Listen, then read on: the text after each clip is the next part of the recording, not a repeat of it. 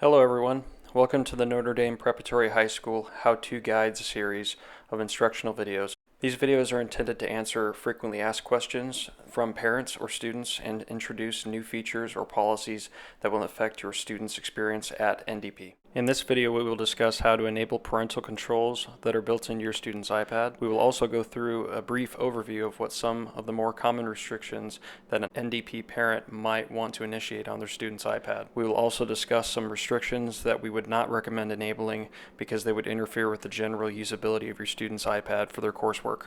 Just a little disclaimer before we begin. These settings and features are demonstrated on the latest iOS 10 operating system as of the publication of this video. If you're watching this and have a newer operating system installed on your iPad, please know that the overall process of enabling and customizing the restrictions will remain the same. Let's start by selecting the Settings application on the iPad's Start menu, where you will see a list of settings on the left-hand side.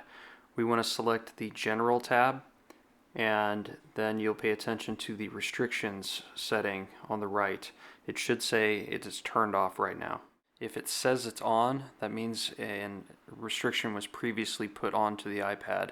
So if you do not have that restrictions passcode that was previously selected, unfortunately you're not going to be able to recover it in any way. You're going to have to reset the iPad back to its factory settings. If you need help resetting this restrictions passcode, please contact the IT department at helpdesk@ndpsaints.org. Let's continue by selecting the restrictions setting on the right hand side. Then we want to enable restrictions at the top. This will prompt you for a 4-digit passcode.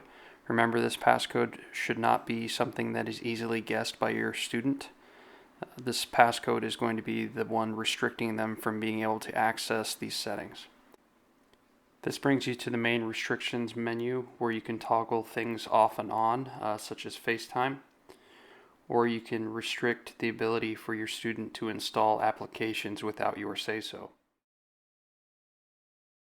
Quick disclaimer about shutting off the ability for your student to install apps.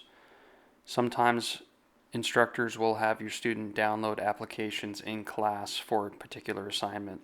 So if you restrict the installation access to your student, that means they might not be able to install the app in class and will have to have you install it when they get home that day. If you scroll down, you will see a section for allowable content, which will let you restrict the age content for things like movies, TV shows, books, so you can restrict them to PG-13, or you can just completely disable the ability for the student to watch TV shows that they download from the iTunes store. If you continue to scroll down, you'll see a section for privacy. iOS has a couple of social media applications baked in, like Twitter and Facebook. So if you don't want your student getting onto those two services, you can pop through and disable those on an individual basis. At the bottom, there's a section for account changes and Game Center. Game Center is mainly used for social media type interactions with other gamers, so most parents would probably prefer to have that turned off.